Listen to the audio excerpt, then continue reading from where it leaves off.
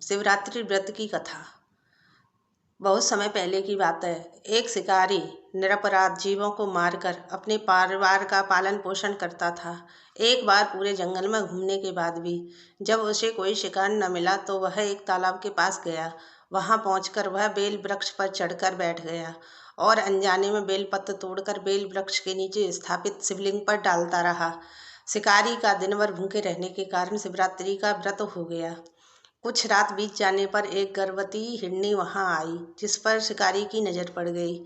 शिकारी ने उसका शिकार करना चाहा, परंतु वह अपनी दीन वाणी में बोली, हे शिकारी, मैं अभी गर्भवती हूँ।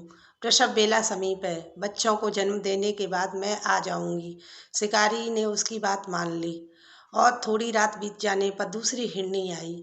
शिकारी ने उस पर भी निशाना साधा, परंतु वह बोली, मैं अभी ऋतुकाल से निवृत्त हुई हूँ, इसलिए मुझे पति के पास जाने दीजिए। मारिए नहीं, मैं उनसे मिलकर उसके बाद मैं आपके पास आ जाऊंगी। शिकारी ने उस हिरनी को भी जाने दिया।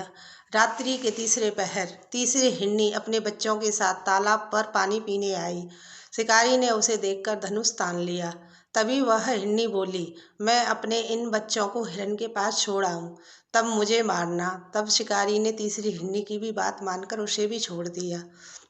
फिर प्रातःकाल एक बलवान हिरन उस तालाब पर आया तो शिकारी उठ खड़ा हुआ और उसने हिरन को मारना चाहा।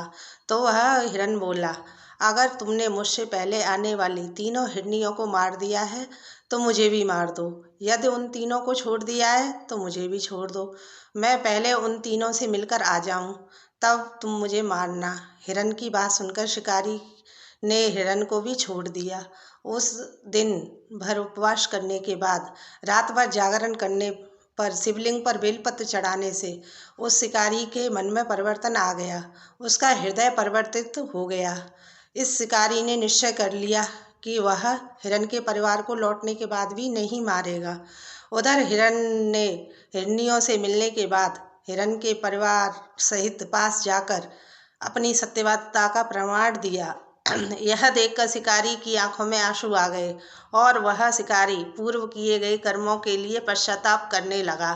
तब शंकर भगवान प्रसन्न हो गए और पुष्प विमान भेजकर शिकारी व हिरन के परिवार को शिवलोक का अधिकारी बना दिया। श्री शिवाय नमस्तुभ्यम।